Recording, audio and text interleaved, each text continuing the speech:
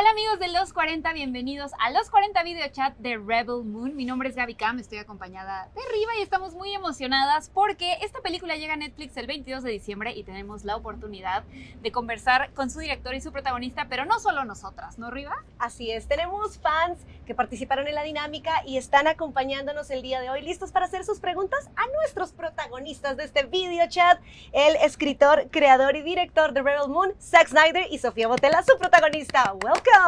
Thank you, guys. Thank you for being here. This is such an amazing opportunity. And Zach, I would like to start with you. I think fiction suits you, and I'm sure Sophia is going to agree with me. And what is so appealing about this genre, and where does it allow you to go as you know, as a storyteller? Yeah, I was saying, I guess for me, like, sci-fi really is sort of the ultimate genre, because it can encompass all other genres. You know, like you're basically, there could be a horror element, there could be supernatural elements, there can be, you know, certainly fantastical elements, just traveling through space, whatever it is.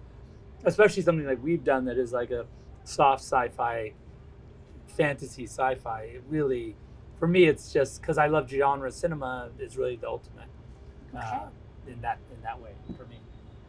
That's fantastic. And Sophia, Cora is such a pretty strong character. And we wanted to know, what are your thoughts on the themes of hope, resilience, and unity explored in Rebel Moon through Cora's eyes? And how do you think the film reflects the current state of the world and our desire for freedom? I think, you know, Cora represents a strength that I think is needed to observe and look on and watch on screen. I think that, I mean, I'm hoping that she's going to be as inspiring as she was for me to play, and that she's going to, you know, push a bit the limits and the boundaries that we set those characters that play either, you know, protagonists that are strong, that have physical abilities, and that I hope that there is something out there that each and single everybody that can take something home with them that they can inspired by, or they can relate on, even though it's pretty out there, and even though it's a magical and fantastical film, that there is something quite humane and magical, human and relatable about her. And I just want to point out how badass you look in this film. You make it like look effortless, all the fight scenes. Oh, thank you. That's because how he films it. I just asked him to film in slow motion before I die. That's a life dream, right? So guys, as you know, we have questions from fans here. They posted their question. That's how they ended up here. Oh, cool. So I'm gonna call the first winner here. Víctor, es tu turno, haz lo tuyo. Es momento de hacer tu Hello, pregunta. sir. Sophia, Zach, welcome back to Mexico. So good to My first question is for Zach. Okay. As a director of different movie genres and styles, what was that new challenge to overcome when creating and developing the Rebel Moon story? I knew it was going to be hard, but and I didn't not like it, and it is challenging. But what I realized is when you're creating something, and it's not like a one-off, but like a real trying to really sort of create an entire universe. There's just it's a lot of work, a lot of myth building and architectural analysis, whatever it is. It's a very it was just a lot more immersive than I had anticipated, but I'm happy about it, so it's cool. Thank you. No, thank you. It's great. Gracias, Víctor. Continuamos con nuestros ganadores. And we're not calling Dylan Eduardo Pérez. He has a question for Sophia. Hi guys. Hi. My question is for Sophia. You have to choose a favorite character from Rebel Moon other than Cora. Would you choose? You do anything with them? Oh, you're gonna play another part, Titus? Titus would be fun to play. I like what Titus has to overcome. It's interesting.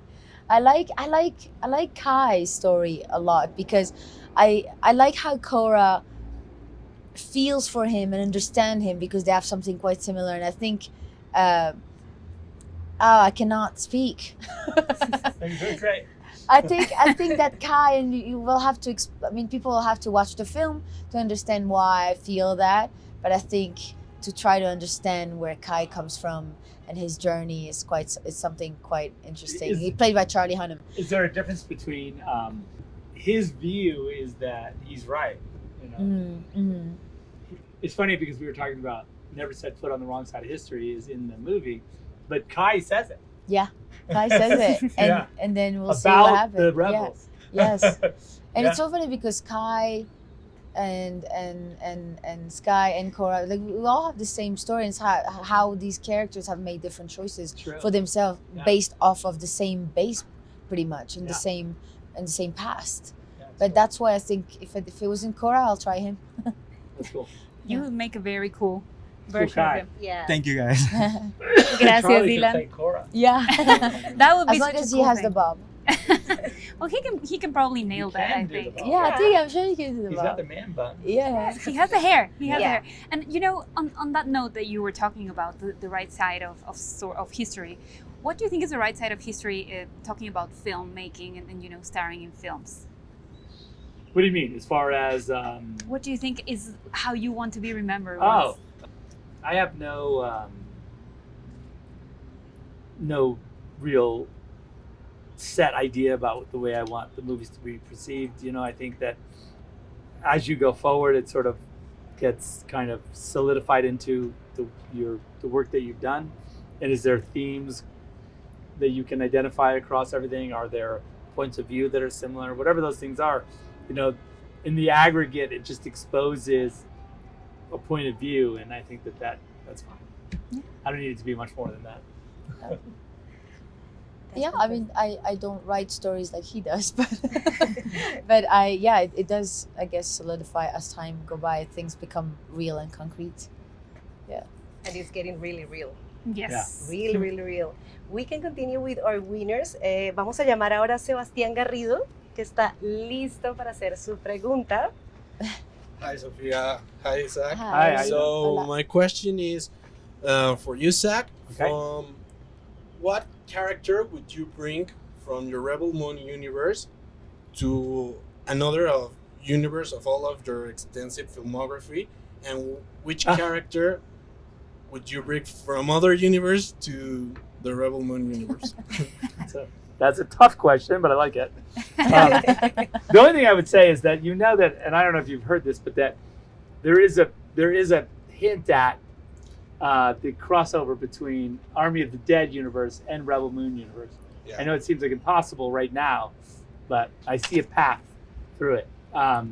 So you could imagine a zombie Korra showing up. No, that's crazy. But We It's would not. pay to see that. Yeah. if Korra was an alpha, she would murder everybody. Yeah, I guess if you were going to just grab some random character, you know, the most sci-fi characters probably in my movies, other than, you know, Leonidas is probably, even though he's a historical figure, the way I rendered him is pretty sci-fi, I think, in a lot of ways. So he might translate somehow into that universe. And then Korra into Army of the Dead, that's easy because that's real. Yeah, I think probably Titus to 300 would probably work. Yeah. Yeah, I think It's that true. would be Pretty awesome. easy. I know. It's too easy. Let's hope Netflix can write Yeah, that yeah. down. Obviously. It's on so camera easy. now. Now we know. Thank you so much. Cheers. Gracias. Thank you. Muchas gracias. Sophia, I actually want to add up something to this question. Is there any character by Zack that you would love to interact with as Korra? I remember watching 300, and even though he plays the bad guy, he plays Xerxes, but I remember watching Oh, Rodrigo. 300. Yeah, but I remember watching 300 and loving his aesthetic. He was so intense and like so animated and scary looking, and I'm like, He's also a giant, too. So it's... yeah, he is, Yeah, and we were- he's so powerful. I saw Rodrigo was in. Did you see Yeah, Rodrigo? he was just in. No, He was- I saw you say hi to him. He was just in Sao Paulo with us yesterday. That was yesterday. My God. Yeah. What day is And today? you know, we were talking about the scene where he has to like put his hands on Leonidas's little shoulders, and we had to have we made a little model of Jerry because he was only like, and so he So had look to, like he has so he giant could hands. grab him, yeah, like this. I mean, then we had to do a second pass with Jerry and get the camera lower. It was cool because it was so old school. Yeah, the way yeah, we shot yeah. it. It's crazy. How would you do this now? I do it now with Without probably CG Jerry. Maybe right? just we would probably photograph him and then be able to move him because we couldn't really move him because you know the perspective is weird. You gotta have the correct. Yeah. Movie tricky. magic. I Yeah, love it it. is. It's tricky. We love Maybe a some fight movie magic. between Korra and Xerxes. That's a cool fight. That could be cool, right? Yeah, that's crazy. I We want would to see pay for that. watch Yeah, that. now we want to see that. All of I it. would love to see Korra as one of the oracles. Yeah. I love that scene. One of my I've still been wanting to shoot underwater since then. I haven't done it, Okay. but when they Maybe. go consult the oracles, Maybe I know. maybe some water And sequence. that scene was so magical to me. We'd end up doing it probably dry for wet anyway or something crazy. Huh? I said, like, it's like we did like with Aquaman or whatever. We Oh, yeah. shoot him dry for wet. Like, you put like a hairnet on him, and then you like float him on a rig, and then you add the CG hair later. Really? So it looks like he's underwater. But you really shot her underwater. I really shot her. The Oracle we shot. Yeah. Underwater, yeah.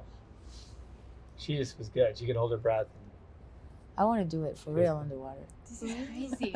We're watching movie magic in the making. Yeah, Yeah. Like, This is what? fantastic. That happened? I'm loving all of our fans' questions because they are like getting the conversation on and on. So let's call a Luis Gerardo Montañez Zavala. Te damos la bienvenida. Que tiene una pregunta para Sofía. How you doing? Hi. Sophia, what can you tell us? What can we expect on the soon to come the second installment of Rebel Moon? Oh, movie 2. You can expect. I cannot tell you what you can expect in terms of exactly the story, but I think you can expect like Spoiler alert. more context and to spend more time in depth with each and every character to understand them, know their story, to get intimate with them, and I think you understand a pretty turbulent past about Korra that is to be revealed, and a lot more surprises, but just basically to go in depth more coming from movie number 1, and then you can, I think, slow down the pace and like sort of go more detailed and more True. fun and more excitement Yeah. and more magic Even and more fun. and more fight and, And more, possibly a big war. and possibly very Possibly. big Just war. putting it I out don't there. know. Okay. I'm so excited to see it. Thanks. Awesome. Thank you. Thank Muchas you. gracias. Gracias, Luis Gerardo. Why am I talking to two mics at the same time? Do you realize that I'm holding one in Oh, my yeah. hand and I have one and cool. I don't know what's You're going just a on? natural. Because you when get took a the mic of the other person. get a I mic, know, you're like- that's why That's I'm right. passing it by. I don't know why. It's Did like you her see it? magic wand. Yeah, when she Yes. like. Who was it who was having a hard time holding? It was you. Yeah. Yeah. And you were like, give it to me. I'll hold it for you. I was being nice. Yeah, no, very kind. Like, look, give it to a pro. No, well, I'm not sure I am. Oh, Anyway, come on. guys, so thank you for being here. We still have one question Yes. from the fans. Es tu momento. Diego, vamos. Hi, Bienvenido. thank you. Well, this question is for you, Zach. Yep. Is there any character in this film in which you have put something of your essence or aspect of yourself? Oh my gosh. Probably, I mean, just to be honest, probably all of them have some part of me in them. It's impossible to make a complete abstraction. Even just like talking about Jimmy, the robot, we were talking about, I can't tell you how many hours of sort of philosophy Adams works on the movie, and he's writing right now this animated short about the origins of the collies, which are the energy source of the dreadnoughts.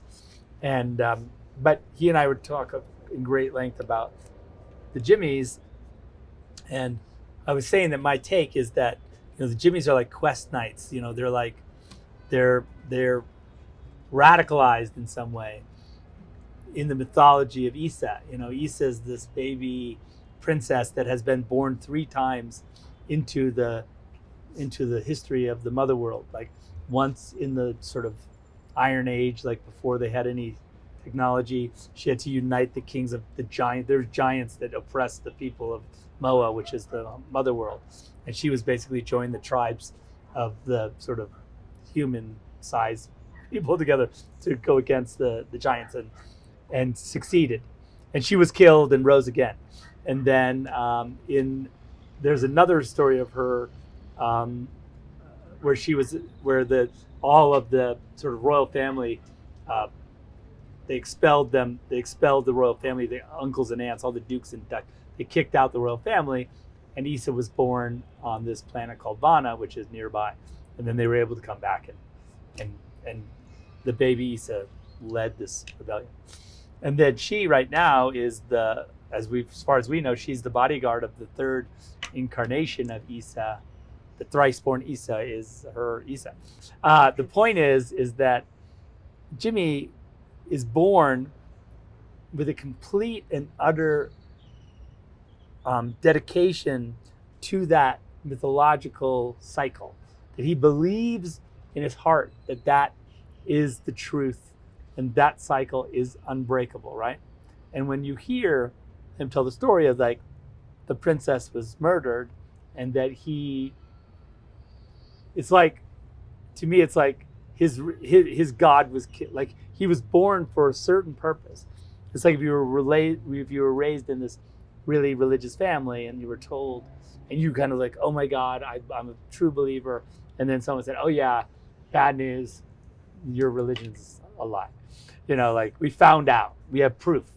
Like it's hard to do now because everything's philosophical, but in the case of Isa, because she is the savior born in flesh, if she's killed, then nothing makes sense, right?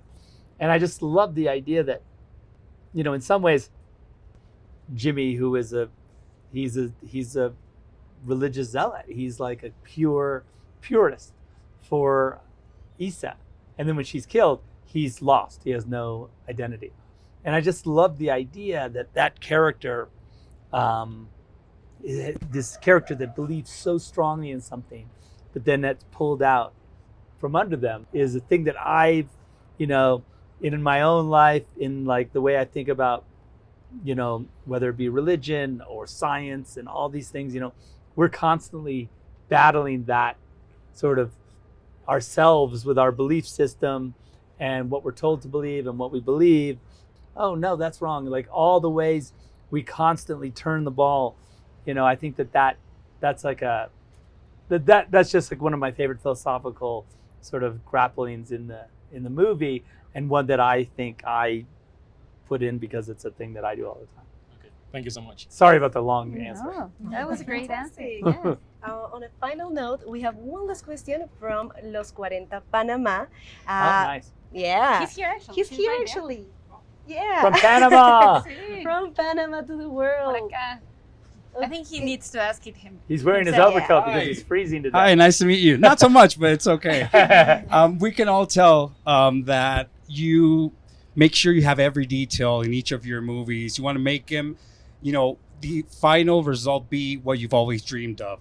What do you enjoy the most from starting in pre-production until it's released? What's your favorite part or favorite phase in filmmaking? My favorite phase is probably shooting, especially working like with SOFÍA and like the actors, and just like when we're like doing some kind of, whether it be intense drama or whether it be intense action, but really the when you're really in it and like we have the world built, like we're in this set that feels exactly like the place, and they're having to make it physical, you know, it's really an incredible, that for me is really energizing and really fun. And see them caring, you know, because you care about this thing for a long time, and then you bring it to them and they have to care about it now. And to see them care about it in that deep and like real way that makes the movie better, that's like that's really. Thank you so much. Congrats, and can hope to see much more. Okay, great. Thank you. Gracias, Oscar. Guys, thank you so much for your time. Oh, you for no, being thank here. you. That was so we would fun. stay here forever if Oh, like if we're God. honest. Yeah. We're learning so much about filmmaking and, you know, all these stories you tell. Thank you for your hard work, both of you, for Rebel Moon. And I hope you enjoy your time in Mexico. Oh, great. Gracias Thank a you. todos ustedes también Thanks, por guys. acompañarnos. Gracias. Y ya lo saben, no Thank se you, guys. pierdan los 40 videochat en De Película, porque habrá más. Mucho más.